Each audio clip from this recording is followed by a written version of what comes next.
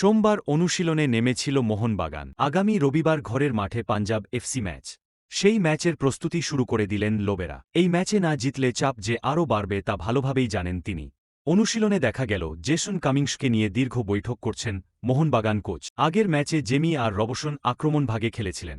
ম্যাচের একেবারে শেষের দিকে পরিবর্তন হিসাবে এসেছিলেন কামিংস। তাতেও গোল বাড়েনি, বরং একাধিক গোলের সুযোগ নষ্ট করে সমালোচিত হয়েছেন। এই শর্ট লিগে ভুলত্রুটি শোধরানোর খুব একটা সময় আর পাবেন না লোবেরা, সেটা ভালোভাবে জানেন। জামশেদপুর ম্যাচে খেলা ফুটবলারদের রিকাভারি করালেন মোহনবাগান কোচ। এদিনের আলোচনার বিষয় হয়ে উঠল কামিংসকে নিয়ে দীর্ঘক্ষণ আলোচনা। তাহলে কি রবিবার পাঞ্জাব এফসি ম্যাচে এই অজি তারকাকে নিয়ে বিশেষ কিছু পরিকল্পনা করছেন তিনি? তবে যাই করুক না কেন, আপাতত চ্যাম্পিয়নশিপে টিকে থাকতে হলে বাকি ম্যাচগুলোতে জিততে হবে। অন্য কোনো ফল হলে চাপ বাড়বে মোহনবাগান কোচের উপর, সেটা নিশ্চিত। এখন দেখার বিষয়ে চাপ কাটিয়ে কত দ্রুত পুরনো ছন্দে ফিরতে পারে মোহনবাগান।